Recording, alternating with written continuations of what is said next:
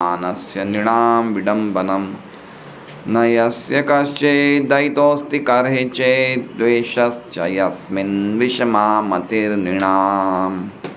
न नहीं वेद जानता कश्चित् कोई भगवन हे प्रभु चिकीर्षितम लीलाएं तव आपकी इह मानस्य सांसारिक व्यक्तियों की भांति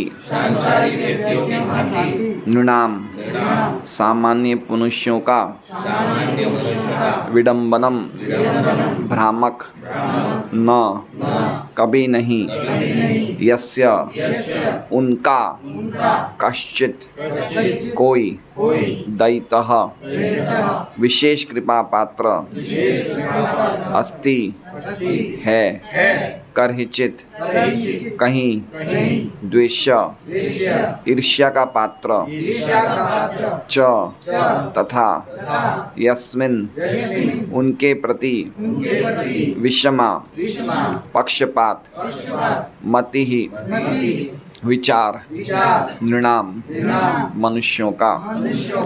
हे प्रभु, आपकी दिव्य लीलाओं को कोई समझ नहीं सकता क्योंकि वे मानवीय प्रतीत होती है और इस कारण भ्रामक है।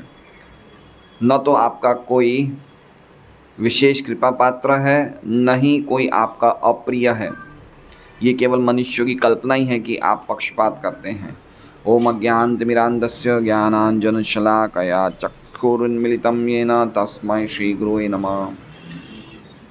श्रीचैतन्यमनोभीष्टं स्थापितं येन भूतले स्वयं रूपकदा मह्यं ददाति स्वपदान्तिकं वन्देऽहं श्रीगुरोः श्रीयुतः पदकमलं श्रीगुरुन् वैष्णवांश्च।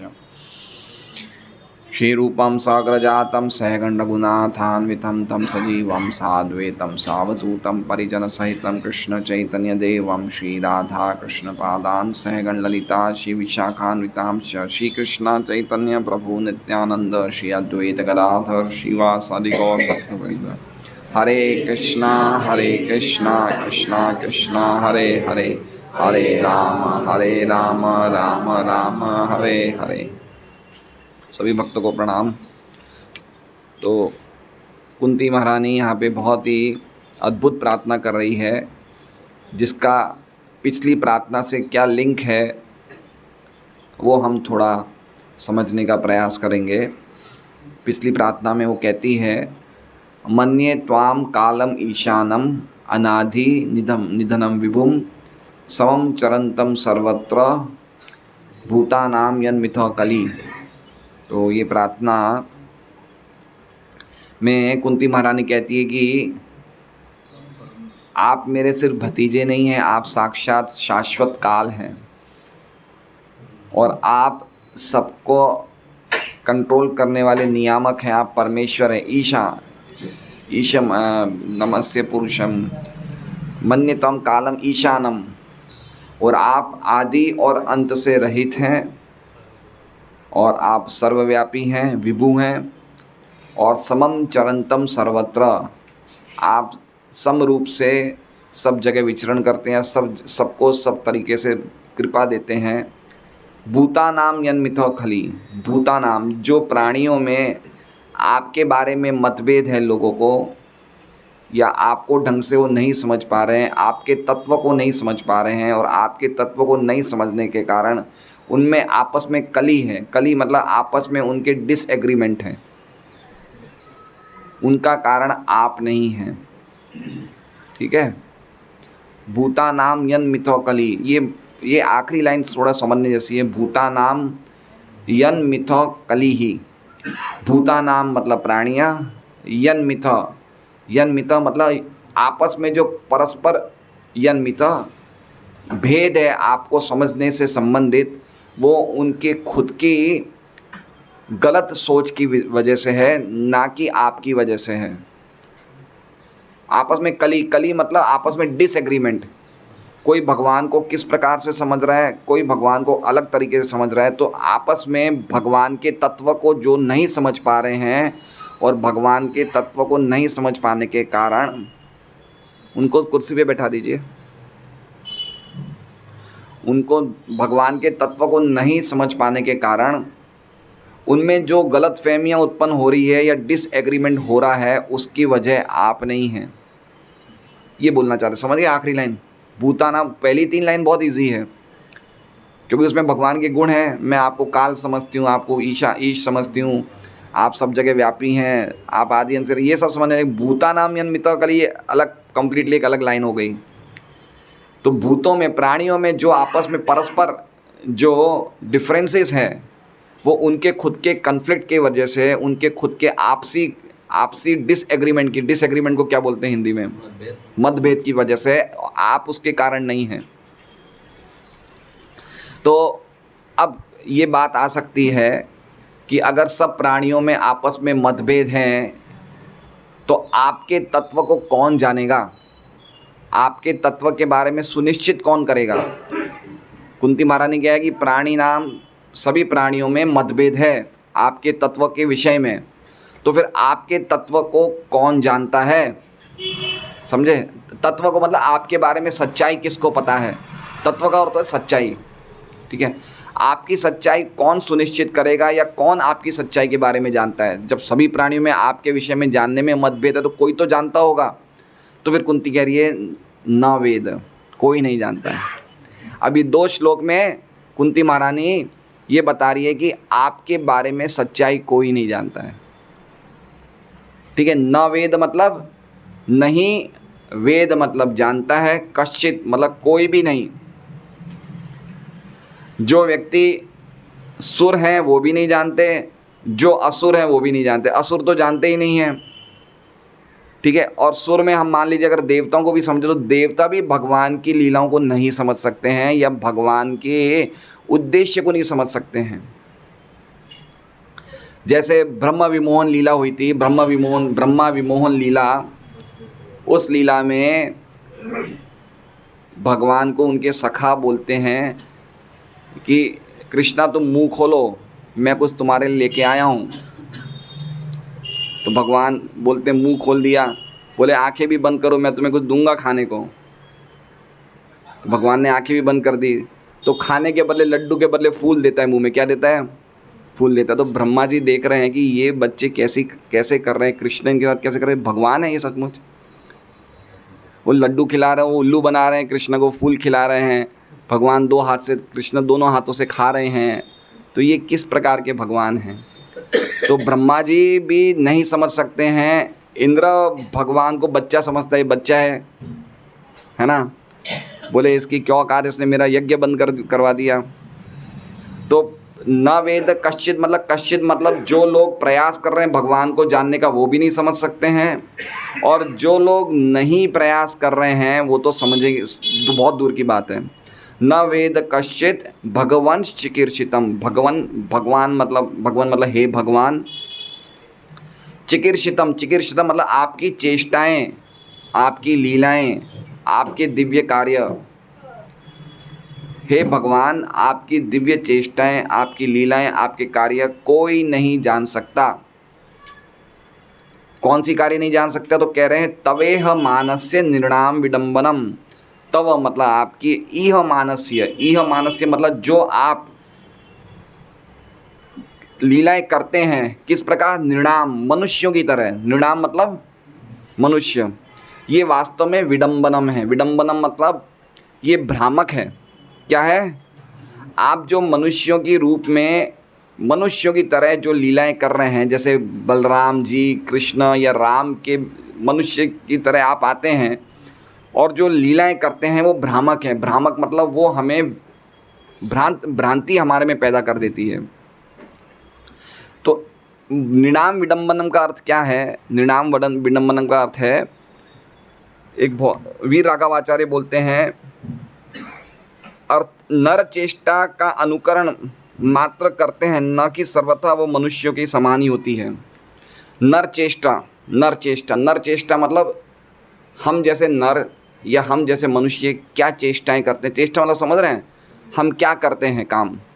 हमारा जन्म होता है, हम लोग शादी ब्याह करते हैं, हम कुछ खेल कूद करते हैं, व्यापार करते हैं, जो भी करते हैं, तो भगवान भी ऐसी नर चेष्टाओं का अनुकरण करते हैं, लेकिन सर्वथा वो नर चेष्टा मनुष्यों की तरह नहीं होती है। समझ रहे हैं आप?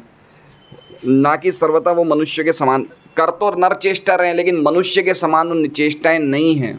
जैसे इसको कैसे समझेंगे? जैसे भगवान जन्म लेते हैं, देवकी के गर्भ से प्रकट होते हैं, हम भी जन्म लेते हैं, लेकिन भगवान जन्म लेने के तुरंत बाद चतुर्भुज रूप में अपने आप को स्थानांतरित विस्तारित करते हैं। करते नहीं करते हैं चतुर्भुज रूप में? हम कर सकते हैं क्या? तो डिफरेंस हुआ नहीं हुआ? जन्म लिया, एक नर चेष्टा करी उन्होंने, नर चेष्टा करी नहीं करी? भगवान का जन्म हो सकता है क्या? जन्म तो हमारा होता है। तो एक बच्चे की तरह जन्म लिया, लेकिन साथ में जन्म के साथ साथ उन्होंने कुछ ऐसा कार्य भी किया जो हम नहीं कर सकते हैं। जन्म लिया लेकिन फिर क्या है, चतुर्भुज रूप में विस्तारित हो गए। ठीक है, फिर जेल से कहाँ गए? गोकुल गए। तो हम भी मैटरनिटी हॉस्पिटल से घर आते हैं, हम भी आते हैं ना घर, तो भगवान भी आए, हमें लाया जाता है, वो नर्स या हम लोग गोदी में लाते हैं, गाड़ी में लाते हैं, तो भगवान को टोकरी में लाए। ठीक है, चलो कोई बात नहीं, लेकिन भगवान को रक्षा करने के लिए या भगवान की सेवा करने के लिए अनंत शेष उनके ऊपर आ गए। हमारे ऊपर कौन आते हैं? हमारे ऊपर डॉक्टर की फ़ीस आती है, महंगी फ़ीस आती है। समझ रहे हैं आप बात को? फ़र्क है नहीं है? उन्हें भी मैटरनिटी हॉस्पिटल से अपने घर ले आ गया, हम भी जाते हैं, लेकिन हम बड़ी फ़ीस भर के जाते हैं, उनके ऊपर अनंत शेष जा रहे हैं। फिर भगवान जा रहे हैं यमुना पार कर, तो यमुना की नदी की लहरें उनको छूना चाहती है, इसलिए वो ऊपर आ जाती हैं। तो ये तो सामान्य जन्म में ऐसा तो हमारे साथ तो होता नहीं है। तो नर चेष्टा कर रहे हैं भगवान, लेकिन नर चेष्टा के साथ साथ बिल्कुल मनुष्य के समान ही लीलाएं, मनुष्य के समान कार्य नहीं हैं। जैसे मान लीजिए पूतना है, पूतना के स्तन से दूध पिया भगवान ने, तो हम भी दूध पीते हैं माँ के स्तन से, लेकिन पूतना को हम मुक्ति दे सकते हैं क्या? हैं? या फिर स्तन पी के हम उसके प्राण ले सकते हैं क्या? नहीं ले सकते। तो भगवान ने क्या बताया? एक बच्चा दूध पीता है, मैं भी दूध पी रहा हूँ, लेकिन दूध पीने के साथ साथ मैंने उसका क्या किया? मैंने उसके प्राण ही ले लिए। तो वो तो हम नहीं कर सकते ना। तो इस प्रकार कह रहे हैं भगवान की लीलाएं भ्रामक हैं। ठीक है, जैसे मान लीजिए हर एक व्यक्ति की स्त्रियां जब 2-3 महीना पियर रहती है तो व्यक्ति को दुख होता ही नहीं होता है। हमारी घरवाली जब 2-3 महीना पियर जाती रहती है, हमें विरह होती है नहीं होती है? नहीं होती है? होती है ना। तो भगवान के भी जब सीता जी को रावण ने किडनैप कर लिया था तो भगवान को विरह हुआ नहीं हुआ भगवान को। तो ये नर चेष्टा हुई नहीं हुई? एक नर की तरह रो रहे हैं भगवान सीता के उसमें वियोग में, लेकिन फिर भगवान ने उनको प्राप्त करने के लिए एक ऐसा ब्रिज बनाया जिसमें खंभे नहीं है। ये तो कोई नर कर नहीं सकता है ना। पॉइंट समझ रहे हैं? तो ये चीज़ें भ्रामक लग रही है हमें। कुंती महारानी कह रही है आप करते नर की तरह कार्य हैं, लेकिन वो सर्वथा नर के समान होती नहीं हो कार्य। ठीक है, ये बात कुंती महारानी कह रही है कि आपके कार्य सब नर जैसे हैं, लेकिन नर के समान नहीं हैं। हम लोग भी आजकल कॉलेज में, स्कूल में लड़के लड़कियां गर्लफ्रेंड बॉयफ्रेंड बनते नहीं बनते हैं? तो भगवान की भी गर्लफ्रेंड्स थी, गोपियां थी नहीं थी? लेकिन भगवान की गर्लफ्रेंड्स की लीलाएं सुन के हमारी काम वासना चली जाएगी, तो ये तो सामान्य बात नहीं है ना। ये तो कोई अगर रास लीला भगवान ने गोपियों के साथ जो लीला करी, कोई उसे गंभीरता से श्रवण करता है तो उसके हृदय की काम वासना खत्म हो जाती है। लेकिन यहाँ के सामान्य पुरुष और स्त्री की काम वासना सुन के हमारे तो हृदय की काम वासना खत्म नहीं होगी और बढ़ जाएगी।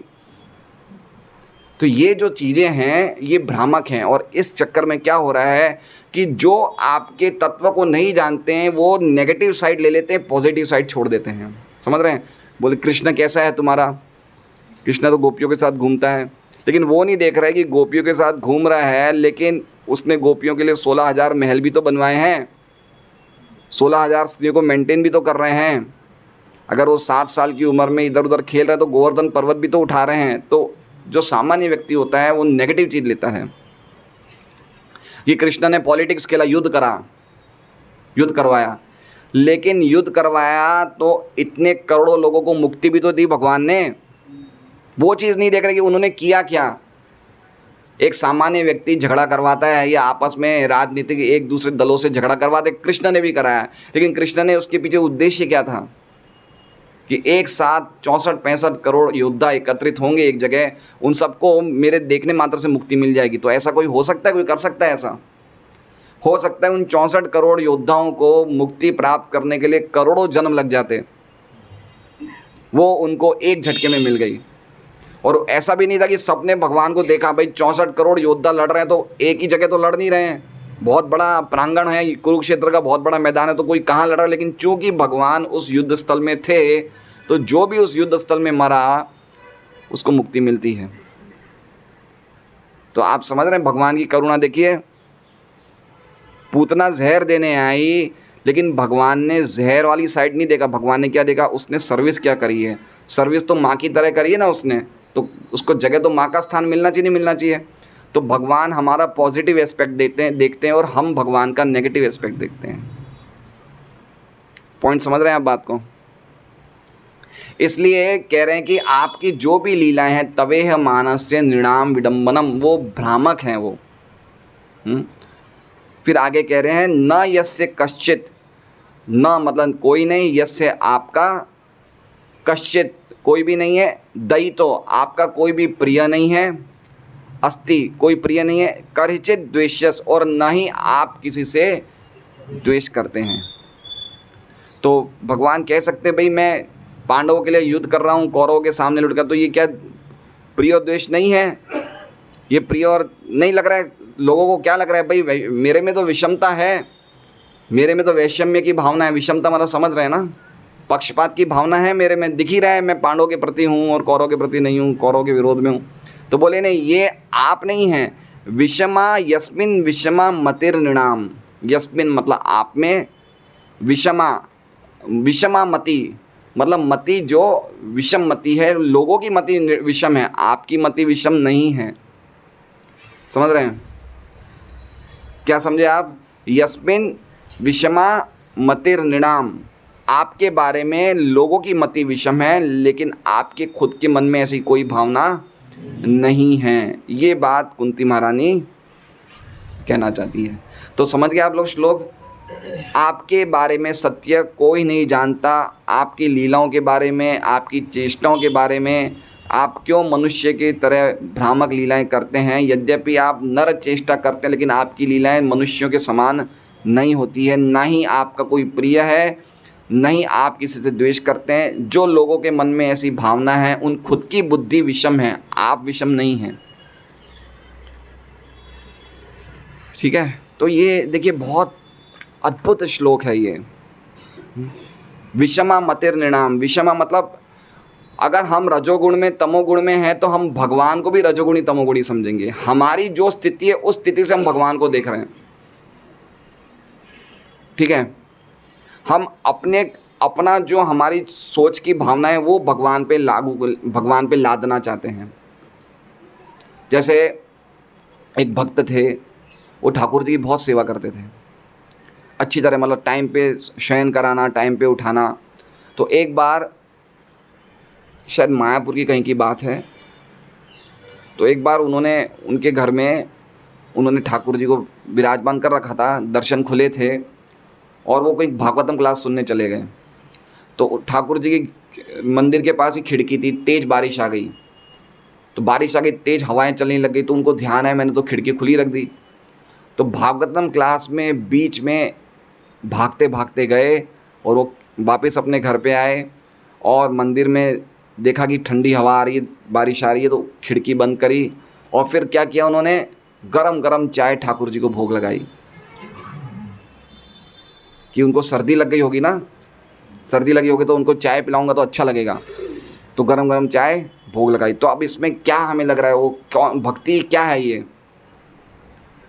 तो भक्ति कर रहे हैं वो, लेकिन भक्ति के अंतर्गत वो अपनी भावनाएं भगवान पे लाद रहे हैं कि चाय तो मुझे अच्छी लगती है, तो भगवान भी पिएंगे चाय तो उनको भी अच्छा लगेगा।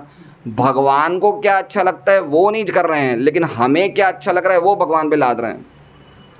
तो इसी प्रकार से हम भक्तों के ग्रुप में भी क्या होता है कि हमारी विषम मति के कारण हम अपने अपने एक गुट बना लेते हैं। जैसे हमारे भक्तों में कोई मराठी शरीर में है, कोई मारवाड़ी शरीर में है, तो मराठी शरीर में भक्तों के आपस में गुण मिलते हैं तो वो एक गुट बना लेते हैं। मारवाड़ी शरीर के भक्तों के आपस में गुण मिलते हैं तो वो एक गुट बना लेते हैं। उनकी मति में विषमता है। वो ये नहीं देख रहे हैं कि प्रभुपाद क्या चाहते हैं या भगवान क्या चाहते हैं या हमारे गुरु महाराज क्या चाहते हैं, उसको स्ट्रिक्टली फॉलो नहीं करना चाहते, लेकिन वो देख रहे हैं कि भक्ति के अंतर्गत भी हमें कोई ना कोई हमारे जैसा मिल गया है तो उसके साथ गुट बना लेते हैं। तो मति किसकी विषम है? हमारी विषम मति है। हम स्ट्रिक्टली फॉलो नहीं करना चाहते हैं। तो कुछ भक्त ऐसे होंगे जो उनको ऐसे ही भक्त मिलेंगे जो स्ट्रिक्टली फॉलो, तो उनके साथ गुट बना लेते हैं वो। जैसे कुछ ऐसे होंगे जो आपस में एक दूसरे की चुगली करते हैं तो उनको लग रहा है ये मेरे मतलब का है, तो उनके साथ गुट बना लेंगे। लेकिन वो ऐसे सिंसियर भक्त के साथ संग नहीं करना चाहेगा जो भगवान के पास जाना चाहता है। भक्ति में भी हम देख लेते हैं कभी कभार ये चीज़ें, सही बात है, होता है नहीं होता है? भक्ति में भी हमारे गुट बन जाते हैं। इसलिए बन रहे हैं क्यों हम लोग स्ट्रिक्टली भगवान, जो भगवान चाहते हैं वो नहीं समझना चाहते, हम अपनी मति भगवान में लगाते हैं। इसलिए कह रहे हैं विषमा मतिर्नृणाम। आप में कोई ऐसी क्वालिटी नहीं है, लेकिन लोग ऐसा करते हैं। हमें समझना चाहिए हमारे गुरु क्या चाहते हैं। हमारे गुरु चाहते हैं भाई आप पुस्तक वितरण करो, आप 4 नियमों का पालन करो, बाहर का मत खाओ, तो हमें वो करना है। अब हमें ये नहीं देखना है कि इसके अंदर मैं कुछ रास्ता निकालूं और फिर मुझे कुछ ऐसे भक्त मिल जाए जो ये नहीं करते तो मैं उनके साथ दोस्ती कर लूं, तो हम भटक जाएंगे। हम भक्ति में होने के बावजूद भी भटक जाएंगे। इसलिए मैं कहता हूं कि आप ध्यानपूर्वक प्रभुपाद जी के बुक्स पढ़िए, लेक्चर सुनिए, वो क्या चाहते हैं हमें उनको पूरी तरह से कंप्लीटली फॉलो करना है। नहीं तो हमारी मति विषम रहेगी। भक्ति में आने के बाद भी हम एक दूसरे के साथ देखा देखी करेंगे कि ये तो ऐसा है तो मैं भी ऐसा करूं, तो हम एक गुट बना लेते हैं, लेकिन हमारी जो हम चाहते हैं उस चीज़ को प्राप्त नहीं कर पाएंगे। इसलिए बहुत इंपॉर्टेंट, ये बहुत दुर्भाग्य से मुझे कहना पड़ा कि ऐसा बहुत हो रहा है। बहुत अच्छी बात नहीं है ये। मति हमारी विषम रहेगी तब तक हम भगवान को नहीं समझ सकते। अगर हम लाल चश्मा पहने रहेंगे तो हमें सब कुछ लाल दिखेगा। तो ये पॉइंट बहुत समझने जैसा है, हम भक्तों के लिए भी सीखने जैसा है कि हमारी मति जो होनी चाहिए वो गुणों के आवेश में नहीं होनी चाहिए, शास्त्रों के द्वारा चलनी चाहिए हमारी मति। अब देखिए विश्वनाथ चक्रवर्ती ठाकुर क्या बोल रहे हैं, समझ गए आप लोग श्लोक को? ये एक और श्लोक, अगला श्लोक भी इस प्रकार का ही है, वो भी इस प्रकार का है। तो विश्वनाथ चक्रवर्ती ठाकुर क्या कह रहे हैं? आपके बारे में सत्य कौन निश्चित करेगा अगर कला है तो। पिछले श्लोक में क्या था? भूतानाम यन मिथा कली, कि लोगों में जो आपके बारे में भ्रांत धारणा है उनके खुद के डिसएग्रीमेंट की वजह से है। तो अब यहाँ विश्वनाथ चक्रवर्ती ठाकुर उसी श्लोक को जोड़ के कह रहे हैं कि आपके बारे में सत्य कौन सुनिश्चित करेगा अगर लोगों में डिसएग्रीमेंट है। तो तुलसी महाराज कह रही है कोई सुनिश्चित नहीं कर सकता है। ये वो 2 श्लोकों में बताएगी, ये आज वाले श्लोक में और 30 नंबर के श्लोक में। आपकी प्लानिंग कोई नहीं जानता। आप अब देखिए क्या कह रहे हैं, यह मानस्य का अर्थ कह रहे हैं कि आप जो व्यक्ति शास्त्रों के विषय में अपनी बुद्धि से समझना चाहता है, आप उसके ज्ञान को निरर्थक बना देते हैं। क्या कह रहे हैं? यह मानस्य का अर्थ कि जो व्यक्ति गुरु परंपरा से या प्रामाणिक आचार्य द्वारा शास्त्र को नहीं समझेगा और अपने मन के हिसाब से शास्त्र को समझेगा, आप उसकी बुद्धि को फेल कर देते हैं। समझ रहे हैं? मतलब वो शास्त्र पढ़ के भी नहीं समझ पाएगा। क्यों? क्योंकि वो अपनी बुद्धि से समझ रहा है, वो स्वतंत्र रूप से शास्त्र पढ़ रहा है और अपनी बुद्धि समझना चाहता है। कल हम लोग गए थे वहाँ पे, श्याम बाबा मंदिर के पीछे एक बिल्डिंग है संगीनी वेदांता। तो हम लोग एक घर में गए भागवतम सेट के लिए। तो एक माँ और पुत्र थे, भगवान की पूजा वूजा सब हो रही थी। बोले भागवत हम नहीं पढ़ते, हम तो रामायण चाहते हैं हम तो। मैंने बोला माता जी ये भागवत में सभी कुछ है।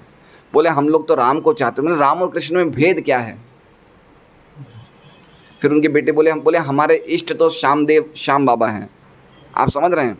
तो इसमें उनकी मति विषम है, भगवान की मति विषम है। उनकी मति विषम है, वो अपने हिसाब से अलग अलग कंसेप्शन बना रहे हैं। वो ये सोच रहे हैं कि आपके इष्ट कृष्ण हैं, हमारे इष्ट श्याम बाबा है, तो मतलब वो ही अपनी मति को अलग बना रहे हैं। शास्त्र पढ़ रहे हैं, बोले हम रामायण पढ़ते हैं, हमारे बच्चे हनुमान चालीसा पढ़ते हैं, लेकिन समझ नहीं पा रहे हैं कि कृष्ण और राम तो एक ही हैं। तो बुद्धि हम गलत बना रहे हैं, भगवान नहीं बना रहे हैं। तो आप ऐसे लोग जो शास्त्रों के बारे में खाली मन माने ढंग से समझना चाहते हैं, आप उनके ज्ञान को निरर्थक कर देते हैं। आपकी योजनाएं कोई नहीं समझ सकता है। जो राम और कृष्ण के रूप में खेल खेलते हैं, ऐसे आप भगवान की योजनाएं कोई नहीं समझ सकता है। और ना ही, अब देखिए आगे क्या लिख रहे हैं, बहुत इंपॉर्टेंट चीज़ है।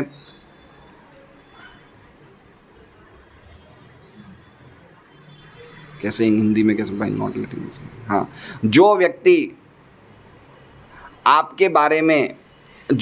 आपकी भक्ति नहीं करता है और जो आपके बारे में लोगों को क्या बोलते हैं, मिसलीड को क्या बोलते हैं,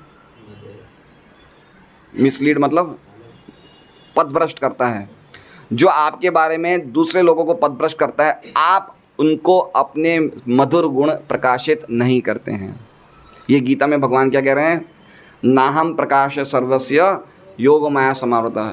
जो मेरा भक्त नहीं है, मैं अपने मधुर गुण उससे छुपा लेता हूँ। अब ये बात समझ रहे हैं? इसका उदाहरण क्या है? दुर्योधन नहीं है इसका उदाहरण। वो देख रहा है कि भगवान अपना विराट रूप बता रहे हैं, फिर भी बोलता है इसको बांध दो। बोला नहीं बोला?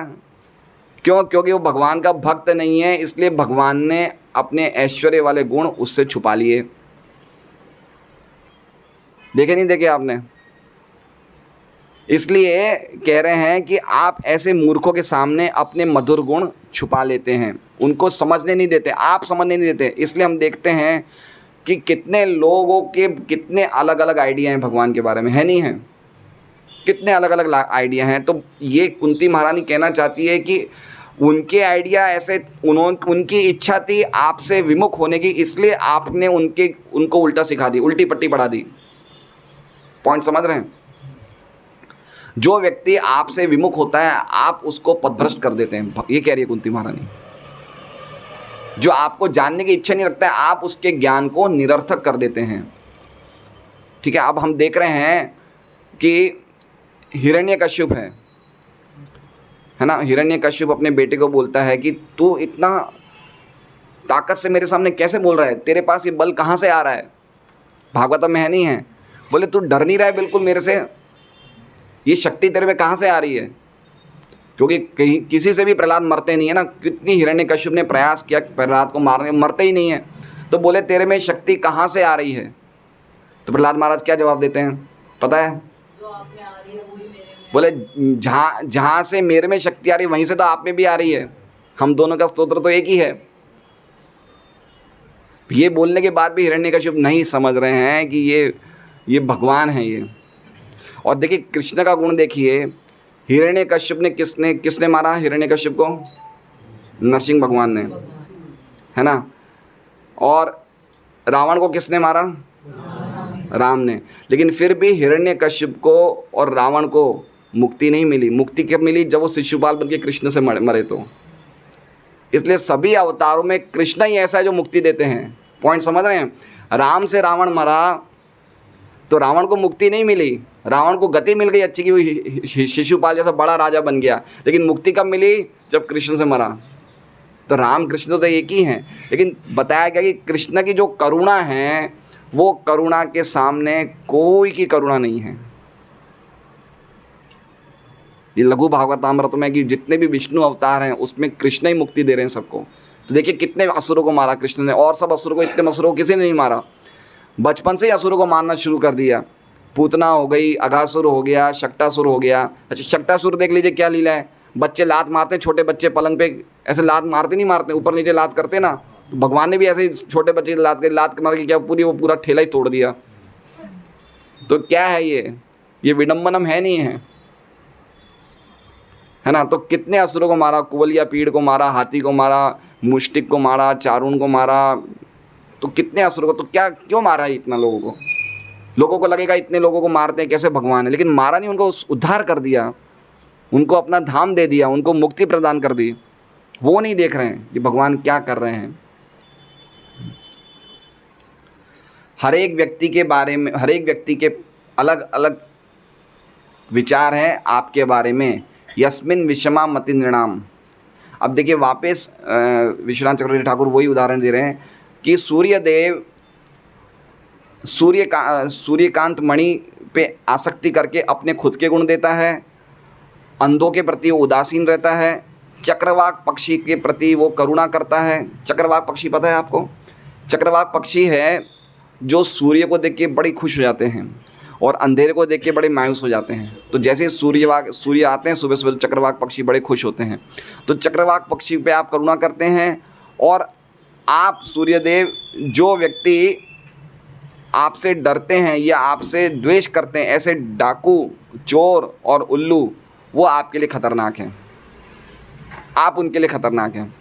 तो सूर्यदेव की 4 क्वालिटी बताई नहीं बताई?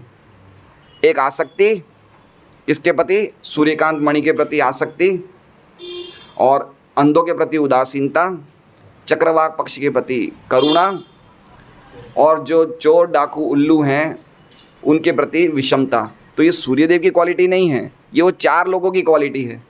सूर्यदेव तो समान सबको प्रकाश दे रहे हैं। तो ये कुंती महारानी कह रही है आप तो समान सब पे करुणा कर रहे हैं, लोग उसे गलत तरीके से ग्रहण कर रहे हैं। सूर्य किसी के प्रति पक्षपात नहीं करते हैं, वो तो सही प्रकाश सबको देते हैं। जो कारण मतभेद का कारण है वो तो लोगों के अच्छे या खराब गुण हैं, आपके नहीं। इसी तरह से भगवान को हमें समझना चाहिए। तो ये बात विश्वनाथ चक्रवर्ती ठाकुर कह रहे हैं। और देखिए श्रीधर स्वामी ने एक बहुत अच्छी बात बोली कि यहाँ पे हे भगवान कहा है। क्या कहा है? कहाँ कहा है? न वेद कश्चित भगवंश चिकीर्षितम। तो श्रीधर स्वामी कह रहे हैं कि हे भगवान का कहने का अर्थ है अचिंत्य ऐश्वर्य आदि गुण से पूर्ण भगवान। तो उसको बोलने के लिए क्या कहा? हे भगवान। देखिए एक एक शब्दों के पीछे कितना गहरा अर्थ हमें आचार्य देते हैं। हम क्या पढ़ रहे हैं? हे भगवान।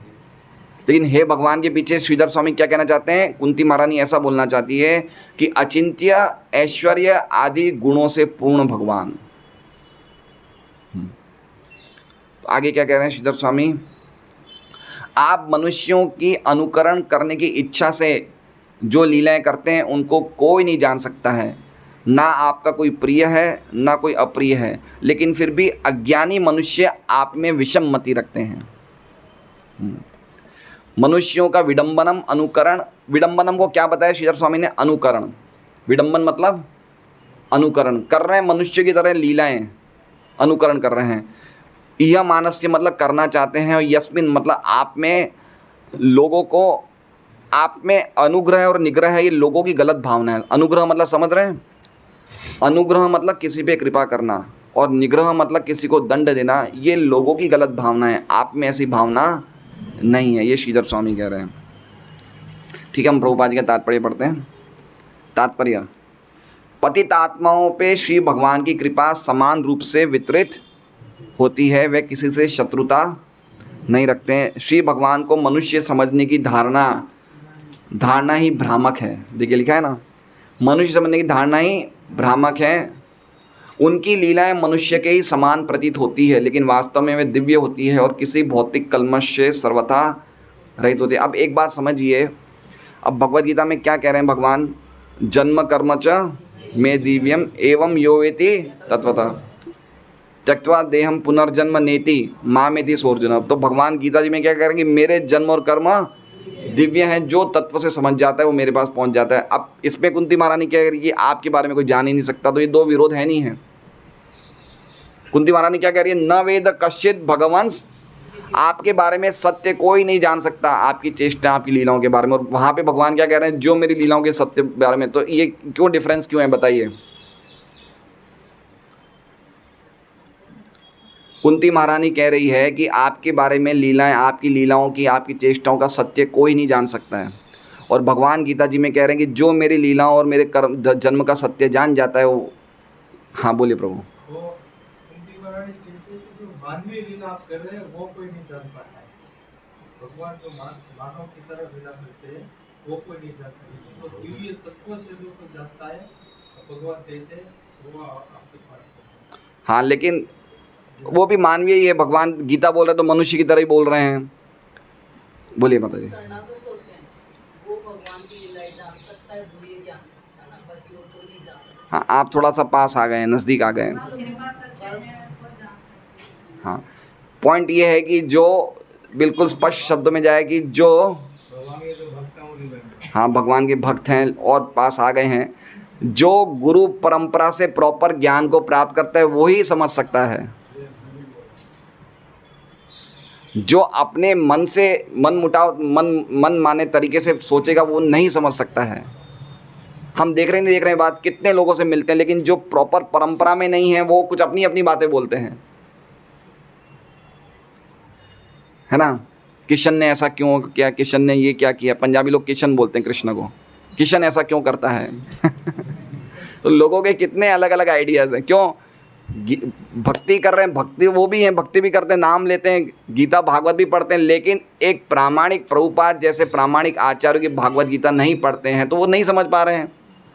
गीता तो उनके घर में भी है नहीं है। ये बात तो सही है, हम पहले थोड़ी जानते थे। हम लोग भी पहले नहीं जानते थे, सही बात है। हम भी घर में मंदिर था तो मंदिर में हमारे गणेश जी, शिव जी, पार्वती जी, भगवान भी थे, सबको ही भोग लगाते थे, सब पूजा करते थे, हमें भी नहीं पता था। लेकिन जब हमें प्रभुपाद जी जैसे आचार्य की बुक्स पढ़ने को मिली तब हमें पता चला कि क्या भगवान की लीलाओं का रहस्य है।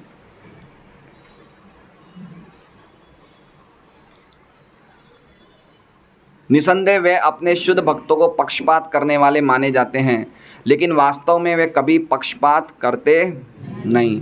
जिस प्रकार की सूर्य किसी से पक्षपात नहीं करता। देखिए वही बात विश्वनाथ चक्रवर्ती ठाकुर की प्रभुपाद जी लिख रहे हैं, सूर्य की किरणें से कभी कभी पत्थर भी बहुमूल्य बन जाता है। कौन सा पत्थर? सूर्यकांत मणि, सूर्यकांत मणि, वही बात बोल रहे हैं। जबकि एक अंधा व्यक्ति प्रचुर सूर्य किरणों से रहकर भी सूर्य को देख नहीं पाता है। ये क्या है? उदासीनता। अंधकार तथा प्रकाश दो विपरीत धारणा है, लेकिन इसका अर्थ ये नहीं होता कि सूर्य अपनी किरणों का वितरण करने में पक्षपात करते हैं।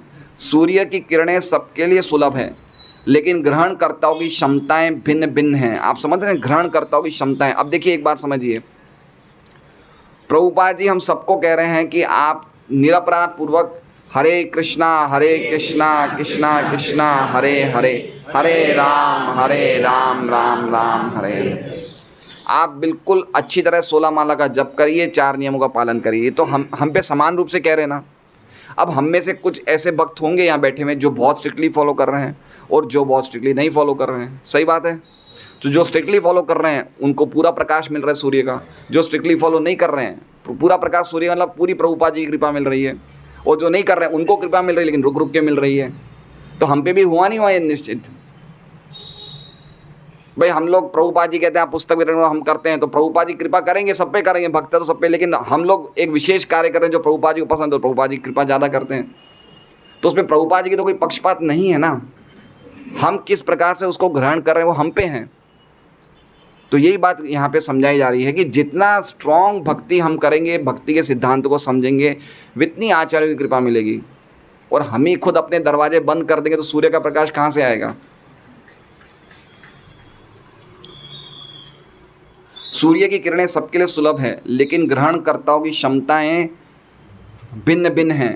अल्पज्ञ मनुष्य सोचते हैं कि भक्ति तो भगवान की चाटुकारिता करके उनकी विशेष कृपा प्राप्त करना है।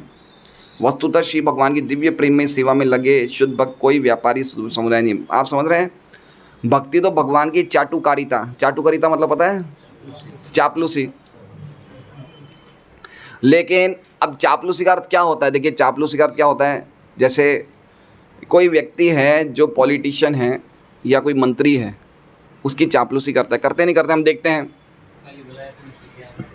कल जैसे CR पाटिल या कोई व्यक्ति आता है तो हम लोग क्यों चापलूसी करते हैं? तो हमें क्या CR पाटिल से प्रेम है?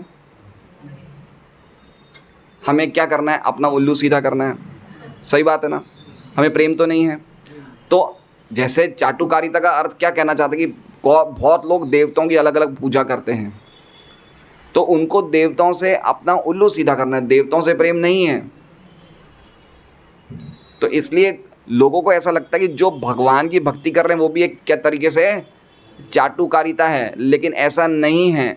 भगवान के भक्त भगवान से कुछ नहीं मांगते। इसलिए दूसरी लाइन में कह रहे हैं कि भगवान की दिव्य प्रेममयी सेवा में लगे शुद्ध भक्त कोई व्यापारी समुदाय नहीं है, कोई व्यापारी नहीं है, है ना। देखिए प्रहलाद महाराज को जब भगवान ने दर्शन दिए, नरसिंह भगवान ने, तो प्रहलाद महाराज ने क्या मांगा? उन्होंने कुछ मांगा कि आप भाई मुझे राज्य चाहिए, मुझे कुछ, क्या मांगा उन्होंने, याद है क्या मांगा हैं? मांगने की इच्छा करते मेरे हृदय में काम की अंकुर भी नहीं हुए, मेरे हृदय में भौतिक इच्छाओं का अंकुर भी नहीं हो, अंकुर मतलब बीज भी नहीं रह जाए। आप समझे क्या मांग रहे हैं वो?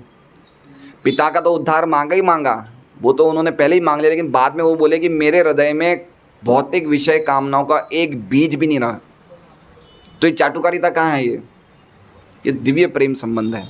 इसलिए भगवान की भक्ति और देवताओं की पूजा में लोहा और सोने के समान फर्क, वो एक है ही नहीं, चीज़ ही नहीं है, वो एक चीज़ है ही नहीं, वो अलग ही चीज़ है, कंप्लीटली अलग चीज़ है। अब साईं बाबा के मंदिर में कौन जाता है? आज देखिए लोग कितने धनी बन रहे हैं। साईं बाबा की यहाँ पे जितने भी डाइंग हाउस प्रिंटिंग हाउस है, प्राय जो प्रिंटिंग मास्टर है वो नहीं नौकरी करके सीधा शिरडी जाता है। क्यों जा रहा है? क्योंकि उनको लग रहा है कि साईं बाबा की पूजा करने से हमारा धन ऐश्वर्य बढ़ रहा है, तो उनको धन ऐश्वर्य से प्रेम है, साईं बाबा से प्रेम नहीं है। और वो चीज़ें भी साईं बाबा नहीं दे रहे हैं, दे तो कृष्ण ही रहे हैं, लेकिन उनको क्या लग रहा है? साईं बाबा दे रहे हैं। तो ये बात कह रहे हैं कि ये भक्ति चाटुकारिता नहीं है, भक्ति एक प्रेममय संबंध है। व्यापारी वर्ग धन के बदले सेवा करता है, लेकिन शुद्ध भक्त ऐसी लेन देन के लिए सेवा, समझ, धन के बदले सेवा करते हैं। मतलब जैसे हम कोई साड़ी खरीदने कोई शोरूम में जाते हैं तो हमें वो सेल्समैन क्या बोलता है? मैडम चाय पियेंगे, शिकंजी पियेंगे, कुछ लाते नहीं लाते, वो उसको चाय पिलाना नहीं उद्देश्य, उसका क्या उद्देश्य है कि साड़ी खरीद लें। तो ये व्यापार है, ये कोई प्रेम नहीं है, समझ रहे हैं? जैसे हमारे कोई कस्टमर आएगा दुकान में, बोलेगा भाई साहब, पहले नहीं बोलते, जब 100-200 साड़ी लेते फिर बोले ऐसा कुछ मंगाए क्या आपके लिए? वही पहले अभी तक लिया ही नहीं तो पहले मत बोलो, कुछ लेना तो दो, से फिर मांग बोलो। तो ऐसा व्यापार नहीं है, भगवान की भक्ति ऐसा व्यापारिक नहीं है। लेकिन शुद्ध भक्त ऐसी लेन देन के लिए सेवा नहीं करता, अतः श्री भगवान की कृपा का द्वार उनके लिए सदैव खुला रहता है। देखिए हमने 2-3 श्लोक पहले दुर्योधन और अर्जुन का एग्जाम्पल लिया था ना। अर्जुन भगवान से क्या मांगने गए थे और दुर्योधन भगवान से क्या मांगने गए थे, है ना? तो दुर्योधन को जैसे ही नारायणी सेना मिल जाती है तुरंत चला जाता है, उसका काम हो गया। लेकिन अर्जुन नहीं गया, अर्जुन वहीं रहा। तो कृष्ण ने बोला कि आपने क्यों ऐसा किया? आपको मेरी सेना मांगनी चाहिए, मैं तो नियत तो लड़ने वाला तो हूँ नहीं। बोले नहीं, आप मेरे जीवन की बागडोर आप संभाल लो। तो अर्जुन ने प्रेम मांगा, भगवान ने प्रेम दे दिया। दुर्योधन मांगता, दुर्योधन को भी दे देते। इसमें भगवान का क्या पक्षपात है? हम जितना टाइम भगवान को सेवा देंगे उतना भगवान हमारे साथ। भाई कृष्ण सूर्य सम माया है अंधकार, कृष्ण सूर्य के समान है। हम जितना सूर्य के समान रहेंगे उतना हमें फायदा होगा। तो हर भक्त अपने तरीके से सोचे कि भाई हम कितनी सेवा कर रहे हैं, कितनी भक्ति कर रहे हैं, इतना लाभ है। भक्ति कम करेंगे कम लाभ है। तो इसमें भगवान का तो कोई पक्षपात नहीं है ना। इसलिए लिखा है कि ग्रहण करने वाले में डिफरेंस है, भगवान में कोई डिफरेंस नहीं है। अतः भगवान की कृपा का द्वार उनके लिए सदैव खुला रहता है। विपदाग्रस्त तथा जरूरतमंद जिज्ञासु या ज्ञानी मनुष्य श्री भगवान से किसी लाभ सिद्धि के लिए उनसे अस्थायी संबंध स्थापित करते हैं, लेकिन जब उनका कार्य सिद्ध हो जाता है तो वे भगवान से कोई संबंध नहीं रखते हैं। ये देखिए, ये चीज़ हमने काफ़ी, हमारे प्रभुपाद जी कहते थे कि हमारे इस्कॉन में भी ऐसे बहुत भक्त हैं जो कुछ अपने काम सही करने के लिए आए भक्ति में, जैसे ही उनका काम पूरा हो गया वापस चले गए छोड़ के। तो इस प्रकार की भक्ति नहीं है। भक्ति तो क्या होनी चाहिए? निरंतर होनी चाहिए, नित्य होनी चाहिए। भीष्म पितामह ने भगवान की कैसी भक्ति करी, तो भगवान आखिर में भीष्म पितामह के सामने खड़े रहे।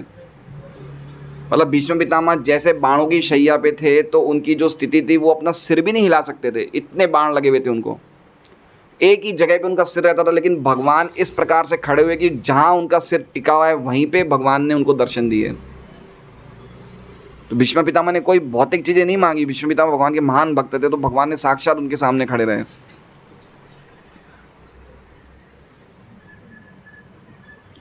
कोई दुखियारा व्यक्ति यदि तनिक भी धार्मिक होता है तो ठीक होने हेतु वो भगवान से प्रार्थना करता है, लेकिन जैसे ही उसके कष्ट दूर हो जाते हैं, अधिकतर ऐसा दुखी व्यक्ति भगवान से आगे अपना संबंध बनाए रखने की कोई चिंता नहीं करता है। यद्यपि भगवान की कृपा का द्वार उसके लिए खुला रहता है, किंतु वो उससे कतराता है। इसलिए भक्तों का संग बहुत ज़रूरी है। आप समझ रहे हैं? नहीं तो क्या होता है कि हम लोग जब भक्ति करते हैं तो धीरे धीरे क्या है कि भक्ति में हमारा रस कम हो जाता है, तो हमारे जाने का डर बना रहता है। लेकिन अगर भक्तों का संग रहेगा ना तो हम बने रहेंगे। जो लोग एसोसिएशन में नहीं आते, भक्तों के एसोसिएशन में, इसका मतलब वो अभक्तों का संग करते हैं, और अभक्तों का संग करते तो अभक्तों की मेंटलिटी को अपना लेते हैं। तो उनका मन करता है मैं भक्ति कर क्यों रहा हूँ, मुझे कुछ मिल तो रहा नहीं है। मेरे समय लोग क्या क्या व्यापार में क्या क्या मिल गया यार, मुझे कोई मिल ही नहीं रहा है। तो मन में भावनाएं आ जाती है। तो इसलिए भक्तों का संग बहुत इंपॉर्टेंट है, जिससे कि हम लोग हमेशा बने रहें कि भाई भगवान की भक्ति हमें करते रहनी है, हमें कोई फल की इच्छा नहीं रखनी है। एक शुद्ध भक्त तथा मिश्रित भक्त में यही अंतर है।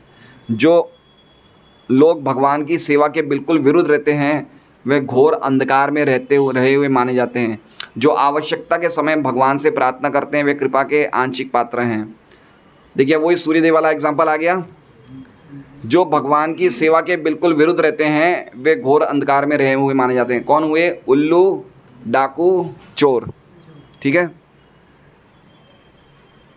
जो आवश्यकता के समय श्री भगवान से प्रार्थना करते हैं वे कृपा के आंशिक पात्र। कौन है? चक्रवाक पक्षी। ठीक है। और जो भगवान की सेवा में निरंतर संलग्न रहते हैं वे भगवान के पूर्ण कृपा पात्र होते हैं। कौन हुआ? सूर्यकांत मणि। कितना प्रभुपाद जी कितनी सब चीज़ें बताते हैं।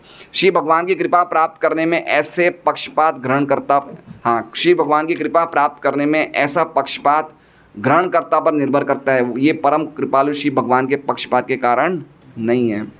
वही पॉइंट हम बार बार इसको समझ रहे हैं।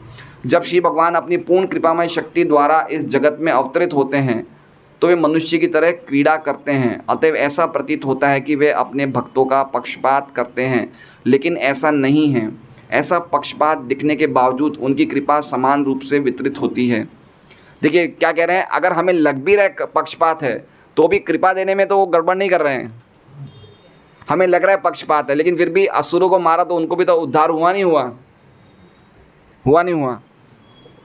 तो ये बता रहे हैं कि उनकी कृपा वैसी है क्योंकि वो उनमें कोई असुर, उनके लिए कोई ऐसा नहीं है कि ये मेरा दोस्त है ये मेरा दुश्मन है। हम भौतिक जगत में अपने दोस्त दुश्मन बनाते हैं क्योंकि हमारी मति विषमा है। जो हमारी इंद्रिय तृप्ति को अच्छा लगता है उसके वो हमारा दोस्त है, जो हमारी इंद्रिय तृप्ति को खराब करता है वो हमारा दुश्मन है। तो भौतिक जगत में हमारे दोस्त दुश्मन है। भगवान की इंद्रिय तृप्ति को कौन खराब या कौन अच्छा करने वाला है? तो उनके लिए कोई दोस्त दुश्मन नहीं है। कुरुक्षेत्र के युद्ध स्थल में भगवान के समक्ष जितने भी व्यक्ति युद्ध में मरे उन सबको पात्रता का विचार किए बिना ही मुक्ति मिल गई, क्योंकि भगवान के समक्ष मृत्यु होने से मरने वाला जीव पापों के सभी फलों से शुद्ध हो जाता है और मरने वाले व्यक्ति को परम धाम में कहीं ना कहीं स्थान, समझ रहे हैं, परम धाम में कहीं ना कहीं स्थान मिलता है। बोला ऐसा नहीं है कि जो भी मुक्ति मिली वो भगवान के धाम में प्रवेश कर गया। आप बात समझ रहे हैं? भगवान के शुद्ध भक्ति भगवान के धाम में जा सकते हैं। तो कहीं ना कहीं स्थान मिल गया मतलब ब्रह्म ज्योति में कहीं स्थान मिल गया। समझ रहे हैं बात को? भगवान के धाम के बाहर जो ब्रह्म ज्योति है, उसको मुक्ति तो नहीं बोला जा रहा। नहीं मुक्ति होती है, वो मुक्ति तो होती है, एक तरह से मुक्ति तो हो ही गई ना, प्रकृति के 3 गुणों से तो परे हो ही गया है। अब वहाँ से वो व्यक्ति चाहे तो वापस नीचे, अगर उसकी वो कंप्लीट मुक्ति तो भगवान के धाम में जाना है, लेकिन कम से कम उसका जन्म मृत्यु के चक्कर से तो उद्धार हो गया ना उसका। अगर मान लीजिए वहाँ भी उसे भक्तों का संग मिल जाए तो वापस वहाँ से ऊपर चला जाए तो एटलीस्ट यहाँ तक तो चला गया। हम तो करोड़ों अरबों जन्मों से यहीं अटके हुए हैं भाई। दरअसल दिल्ली जाने वाला निज़ामुद्दीन तो पहुँच गया, हम तो अभी सूरत में ही हैं। पॉइंट समझ रहे? तो उसको मुक्ति मिल गई, मतलब कितने करोड़ों जन्मों के पाप उसके नष्ट हो गए और वो भगवान के धाम में चला गया। तो ये भी बड़ी बात है। हाँ, उसका वापस जन्म नहीं होता है, लेकिन अगर वो वापस उसकी भगवान की मतलब भगवान की भक्ति भी नहीं लगता तो उसका रिस्क रहता है गिरने का, उसका रिस्क बना रहता है गिरने का, कभी भी गिर सकता है वो व्यक्ति।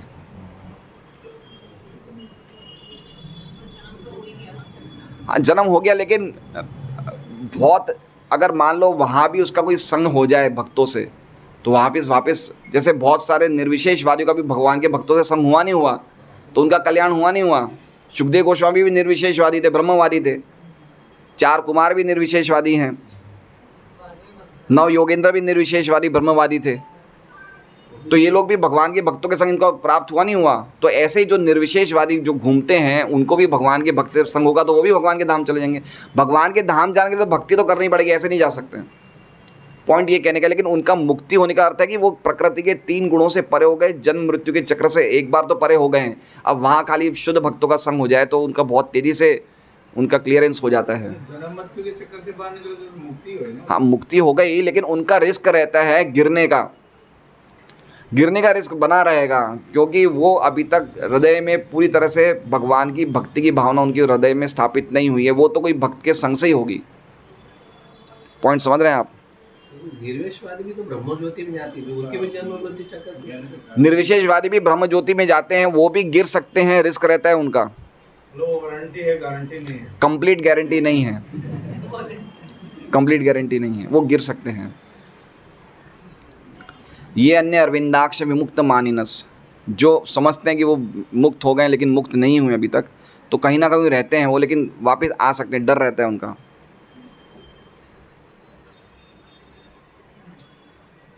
कहाँ थे हम लोग?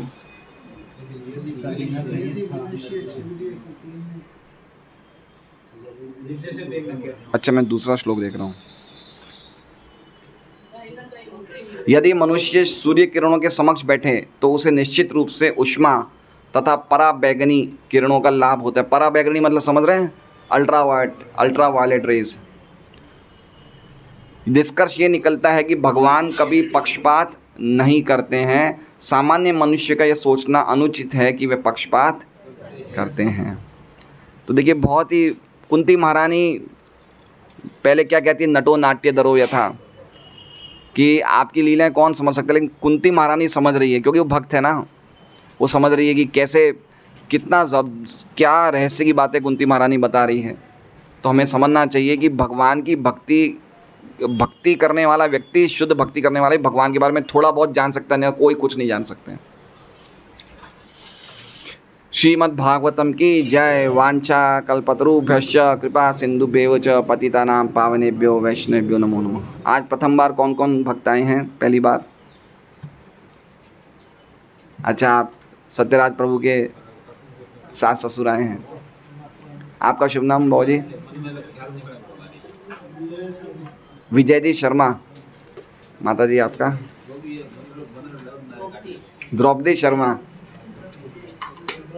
द्रौपदी देवी। तो आप दोनों से निवेदन है कि आप लोग ये महामंत्र है करते हैं, माला करते हैं, तो आप लोग ये कुछ महामंत्र का जप, अब आप लोग की उम्र 50 साल हो गई है। आप लगते तो नहीं है वैसे। तो मेरा निवेदन है आप लोग ये महामंत्र का जप करिए। हरे कृष्णा कृष्णा कृष्णा हरे हरे, हरे राम राम राम हरे। और रोज़ 16 माला का जप करिए। और जब तक सूरत में आप भागवत कथा में आते रहिए। और भागवत कथा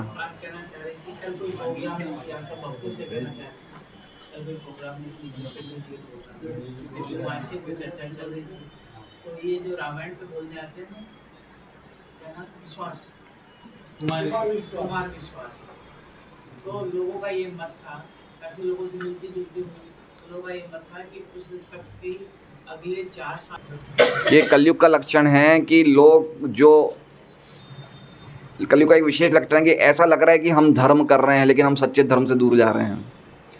और एक और जगह भागवतम में श्लोक है, श्व वराहोष्ट्र करे संस्तुत पुरुष पशु। जो लोग सुअर, गधे, ऊंट, कुत्ते जैसे हैं, वो लोग ऐसे ही लोगों का अनुसरण करते जो इस प्रकार के हैं। अंधा यथांधिर उपनीय मानस, तो ये सब कलयुग के लक्षण हैं। तो एक व्यक्ति अंधा है तो दूसरे लोग उसके पीछे पीछे जाएंगे, अधर्म को ही धर्म मानेंगे। आपको ना थोड़े एक वक्त को ये भी ड्यूटी दे कि 10-10 आदमी को, जैसे आज मेरी बात थी, मेरे अंदर खाते में ये बोल है कि 4 साल तक जी गए, 25 लाख रुपया लेता है।